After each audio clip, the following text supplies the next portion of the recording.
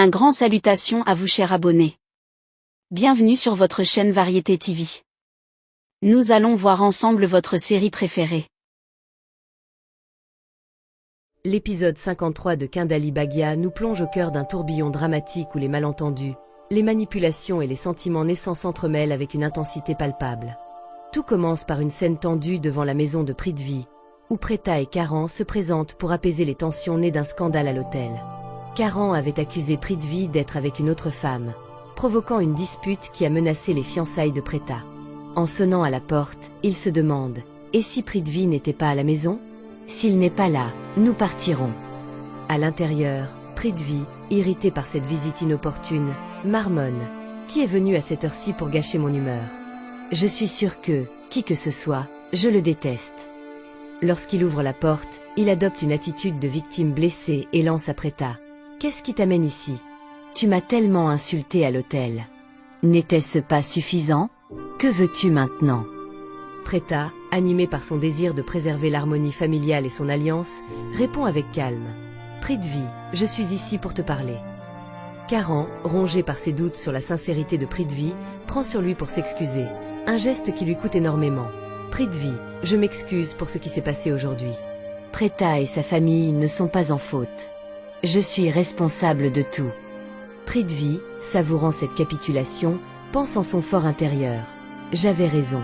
Il est ici pour s'excuser.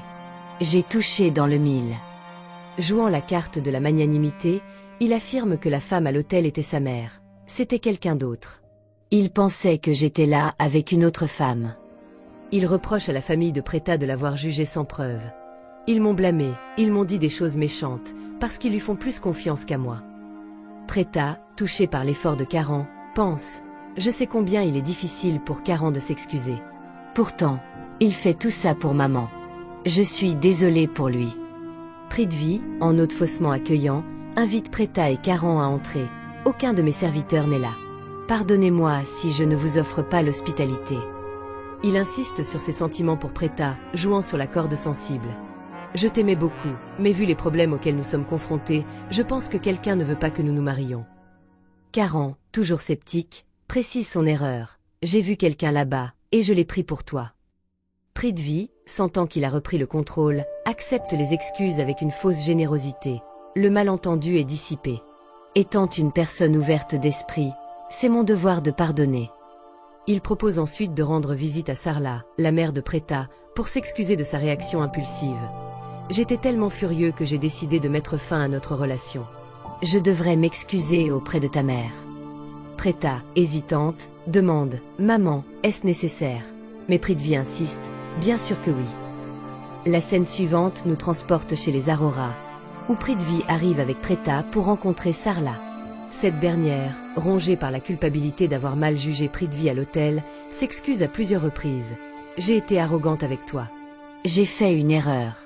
Désormais, je te ferai toujours confiance. » Shristi, agacée par cet excès de remords, intervient avec son franc-parler. « Maman, ça suffit. Combien de fois vas-tu t'excuser ?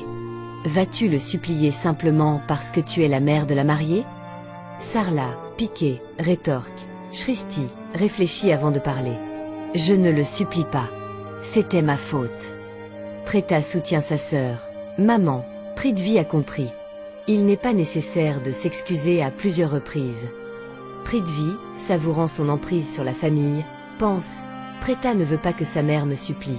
Attends et regarde. Preeta, un jour, je te forcerai à te prosterner devant moi. » Il propose de relancer l'alliance. « Sarlaji, veux-tu me redonner la main de Preeta ? Je parlerai à ma mère pour fixer une nouvelle date de mariage. » Sarla, émue, accepte avec joie. « Je suis heureux que tu épouses Preeta. » La famille célèbre avec des bonbons, marquant une réconciliation apparente. Shristi, toujours méfiante, note l'absence de Janki, qui se remet d'un accident suspect. Elle a repris connaissance ce matin, mais elle est retombée inconsciente. Le médecin dit qu'elle pourrait se rétablir bientôt. Prithvi, feignant l'inquiétude, demande à voir Janki. « Puis-je la rencontrer, s'il vous plaît ?» Sarla l'accompagne dans sa chambre, où il se retrouve seul face à la femme inconsciente. Ses pensées prennent une tournure sinistre. « Si j'avais tué Janki l'autre jour, mon problème serait résolu. Ces gens sont naïfs. Si j'arrive à la tuer, personne ne doutera de moi. Il envisage de passer à l'acte. J'ai juste besoin de 5 minutes pour la tuer. Mais Sarla reste à ses côtés, l'empêchant d'agir. Prithvi, frustré, feint la compassion. Cela me rend furieux de la voir dans cet état. Une fois que je découvrirai qui est responsable, je n'épargnerai pas cette personne. Sarla, touchée, répond « Merci pour ton inquiétude, mais c'était un accident. Nous n'avons pas d'ennemis. » Parallèlement, une intrigue sombre se tisse entre Prithvi et Sherlin.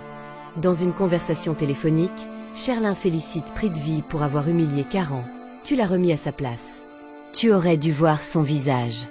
Il a appris sa leçon. » Prithvi révèle leur plan machiavélique. Karan et Preta ne sont que des obstacles. Rishab est notre cible. Je veux le voir à genoux, implorant notre pitié. Nous le détruirons. Sherlin, en route pour faire du shopping avec Rishab, joue la fiancée idéale. Oh, shopping. Merci, Rishab, c'est adorable. Mais elle pense, Punu a un plan. Ce sera amusant de voir les Aroras supplier. Rishab, inconscient de la trahison, organise les préparatifs du mariage, poussé par sa mère Raki. Maman veut qu'on achète ta tenue de mariée. On a 3 jours, alors faisons vite.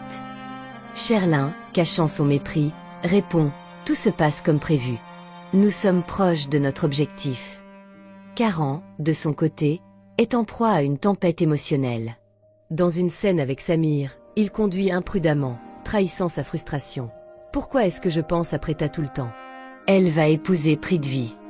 Samir, taquin, demande, tu veux tuer Preta ou quoi? Karan, agacé, rétorque, idiot. Pourquoi voudrais-je la tuer? En privé, il admet ses sentiments. J'ai fait tout ça pour Preta, pour qu'elle et sa mère ne soient pas tristes. Elle est incroyable, mais elle ne le voit pas. Je t'adore, toi seul. Il se remémore son excuse à Prithvi. Je suis désolé, Prithvi. Tout est de ma faute. Mais il doute toujours. Pourquoi appeler sa mère chérie? Personne ne me croit, mais je sais qu'il y a un problème. Preta, de son côté, ressent de la gratitude envers Karan. Il s'est excusé pour maman. Je me sens mal pour lui. Comment pourrais-je le remercier un jour? Chez les Lutra, Raki prépare avec enthousiasme le mariage de Rishab et Sherlin, prévu dans 3 jours. Le prêtre a fixé la date. Les cérémonies du henné et du sangé approchent. Karena remarque l'humeur sombre de Karan. Pourquoi semble-t-il perdu ces jours-ci? Raki minimise. Il est juste fatigué.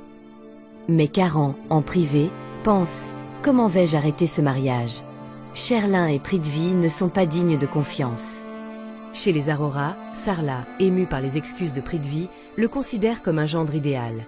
Il s'est excusé même si ce n'était pas sa faute. Shristi, toujours sceptique, murmure « Maman, ne lui fais pas trop confiance ». L'épisode se termine sur une note de suspense, avec plusieurs intrigues prêtes à exploser. Prithvi, sous pression à cause de Janki, risque de commettre une erreur fatale. Sherlin et Prithvi avancent leur plan contre Rishab, tandis que Karan lutte avec son amour pour Preta, déchiré entre son désir de la protéger et son incapacité à démasquer Prithvi. Les dialogues marquants, comme « Je t'adore »,« Toi seul » de Karan ou « Un jour, je te forcerai à te prosterner » de Prithvi, soulignent les tensions émotionnelles et les enjeux à venir. Analyse et moments forts. Cet épisode est un condensé de drame, où chaque scène contribue à construire une tension croissante. Prithvi excelle dans son rôle de manipulateur, jouant sur la culpabilité de Sarla et la loyauté de Preta pour consolider son emprise. Karan, tiraillé par ses sentiments, incarne le héros tragique, sacrifiant sa fierté pour le bonheur de Preta. Sherlin et Prithvi forment un duo terrifiant, leur plan contre Rishab ajoutant une couche de suspense. La menace sur Janki, toujours inconsciente, promet des révélations explosives si elle se réveille. Les dialogues, riches en émotions, capturent les conflits intérieurs, tandis que les pensées des personnages, comme « Je me sens perdu sans toi » de Karan, renforcent l'intensité dramatique. Cet épisode pose des questions brûlantes. Karan démasquera-t-il Prithvi? Preta réalisera-t-elle ses sentiments? Janki se réveillera-t-elle à temps? Qu'en pensez-vous, les abonnés? Karan va-t-il enfin prouver que Prithvi est un imposteur? Preta et Karan se rapprocheront-ils? Laissez vos prédictions en commentaire, likez, partagez et abonnez-vous pour ne rien manquer du prochain résumé. À très vite pour l'épisode 54.